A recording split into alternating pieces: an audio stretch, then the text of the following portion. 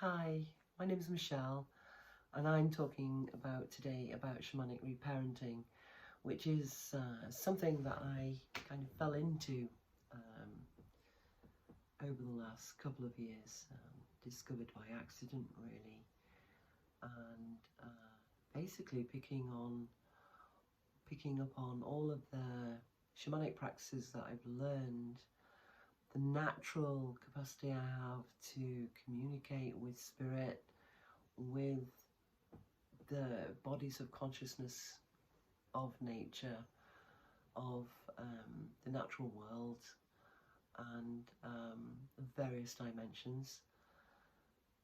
Combine it with the training and modalities that I've learned in the last 30 odd years, and also bring in, when I need it, other specialists to assist really. Why? Because disease moves. This is why you can find somebody who, might be the physically fittest person that you've met, and they really look after their bodies, but there's a nagging complaint that can really affect them, and maybe even incapacitate, debilitate, even kill. It's because the kind of events that happen in our past, they're like locked in a zip file inside of our body, and the body keeps the score, the body remembers everything. It's all filed away there, and unless we manage to open those files and heal them, actually release and integrate that energy into our system,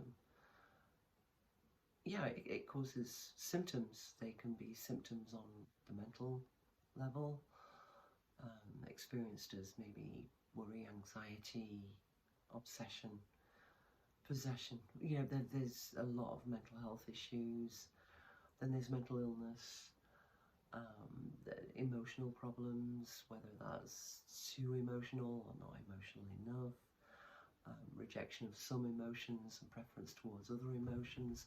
That can block all of emotions. If we don't allow all emotions, we start to block all emotions. And there can be a lot of bad habits around there. Well, habits, when I say bad habits, habits that don't help us, that don't assist us to get more of ourselves flowing with life.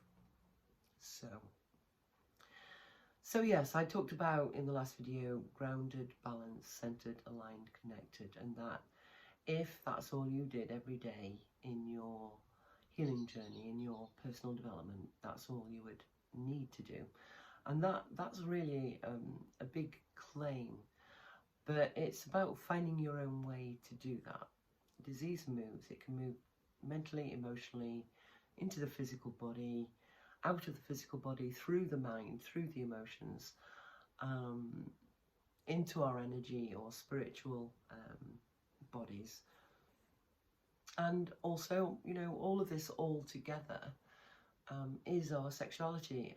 Sexuality as life, the life force energy moving through our body.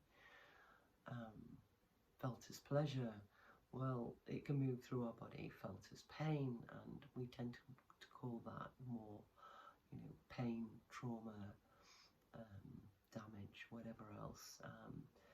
And all it is really is just blocks to the life force energy flowing.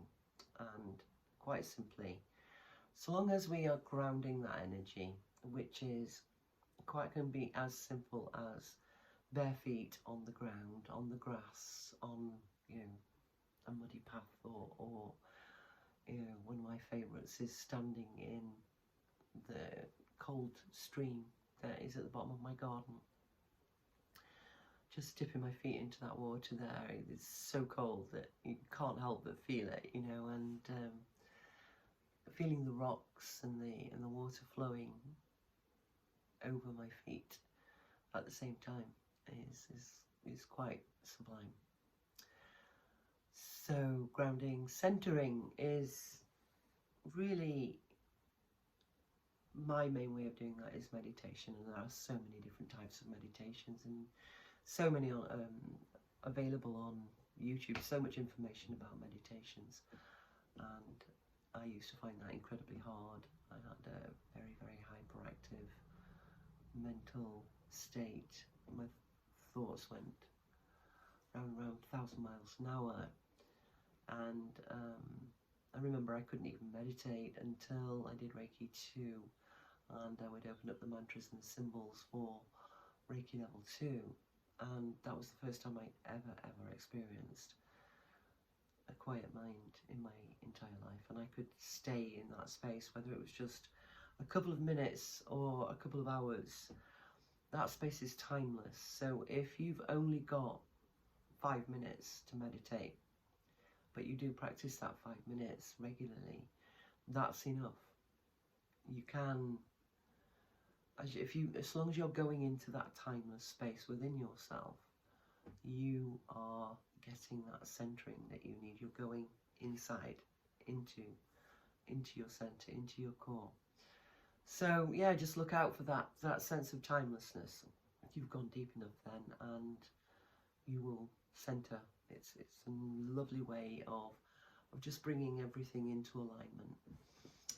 Balancing.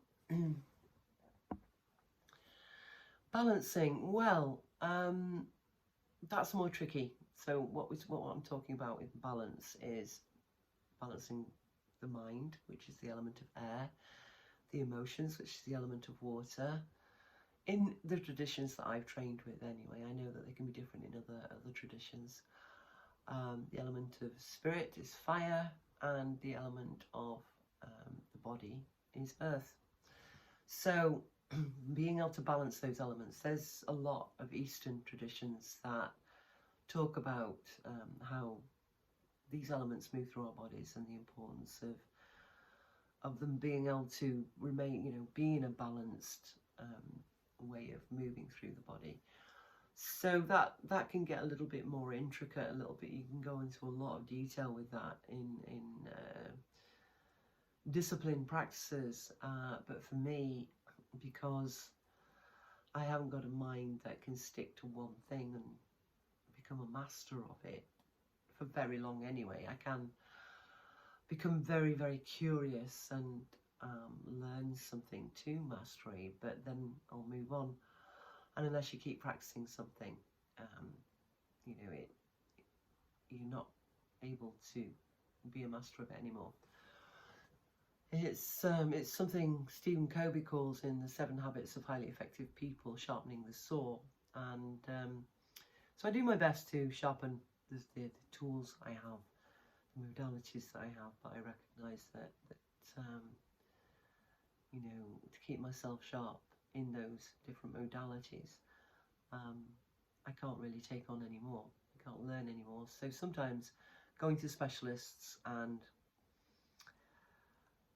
intuitively finding, or even being guided by spirit, to go to a specialist practitioner, find a specialist practitioner that can do something with you, like family constellation therapy, or can shamanically explore your lineage to find if there's any inherited lessons, entities, or anything that's come through the generations that you can really heal. I mean, I really took it on board from a very early age, from hearing all my mother's stories about her life, her parents, my father, his parents, their childhoods. My mother told me all those stories while I was still very young. And I didn't realise, consciously, that I'd taken on board this whole idea of, and I think many people have in my generation, that these times, not just in my generation but younger generations too, the idea of being that bridge person who, the book stops here, this is it, I'm not letting all of this get through to my descendants. I am going to heal it, transform it, I'm going to change it. And I feel to a large extent I have, you know, and it's not something that I feel that my children can appreciate fully, because if you prevent something, you know, the prevention is better than cure. If you prevent something, then how can they possibly know what it was that they're not having to endure? So that's okay. There is bloodline inheritance, and then also there's the soul's journey through all lifetimes growth and the accumulation of what we might have learned or not learned from previous lifetimes as well. So, you know, I've done a lot of past life regression work. I studied it, and it was something that I really practiced quite intensely for about 5 years. And it's another tool that I keep sharp and work with people. So that's the balancing. The balancing, a simple way to look at balancing the elements really is to kind of track when during the day you're most likely to be in your mental energy, when you're most likely to be emotional, spiritual, physical, sexual. A lot of people start the day balancing the energies, grounding, centering, balancing, aligning, connecting with physical practices such as yoga, or going to the gym, or going for a swim, or going for a walk. You know, just taking the dog for a walk out in nature can be all of those things. You're with the elements as well, which is always a plus, I find. As long as, you know, it's not harm to life type force of elements, the elements can be so powerful.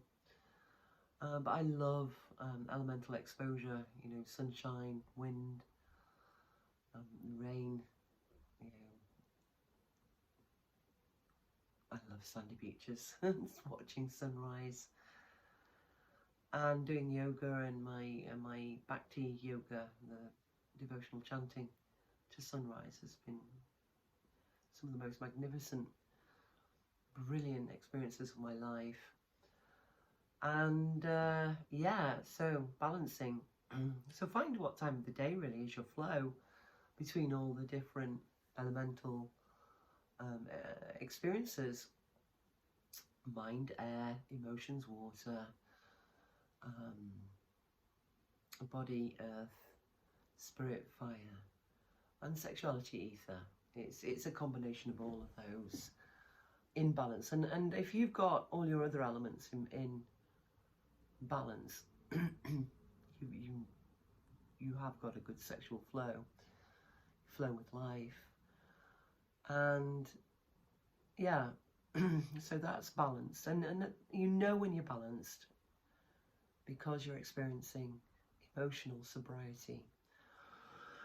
Excuse me. Emotional sobriety. Now, if you've got a lot of trauma in your system, you will know that aiming to have emotional sobriety is like aiming. It's like looking for the Holy Grail. It's a really hard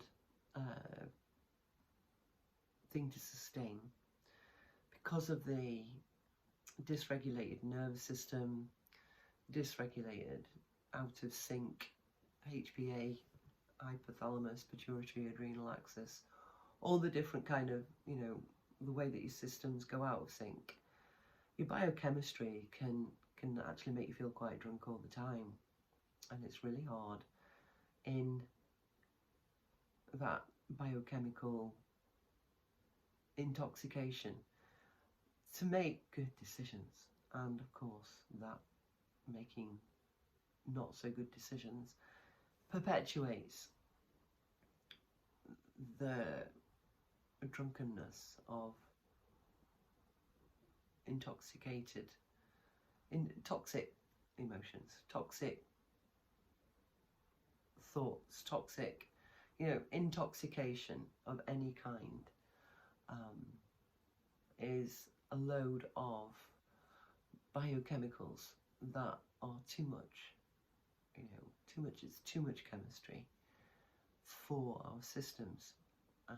So what I'm talking about when I'm talking about emotional sobriety is where we just have a nice gentle load, a balanced load of natural occurring biochemical processes that can keep us in a harmonic state, a state of harmony with life, which leads automatically into alignment. So you're in alignment with yourself, you're centered, grounded, centered, balanced. You become into alignment with yourself, then it's about aligning yourself with life. So that's where you start connecting with your day, or if you're doing these practices in the morning, you've come from a much higher vibrational state, from a much more open perspective to view your day. And if you do these practices and top up during the day to get into that emotionally sober state again, that biochemical sobriety, then you remain connected and you can maintain the centered, balanced, grounded, centered, balanced, aligned, connected state for longer and longer. And it's amazing how much of my own conditioning, of my own programming that I've had to overcome that automatically seeks emotional intoxication. So we'll talk more about that in the next video. Thank you.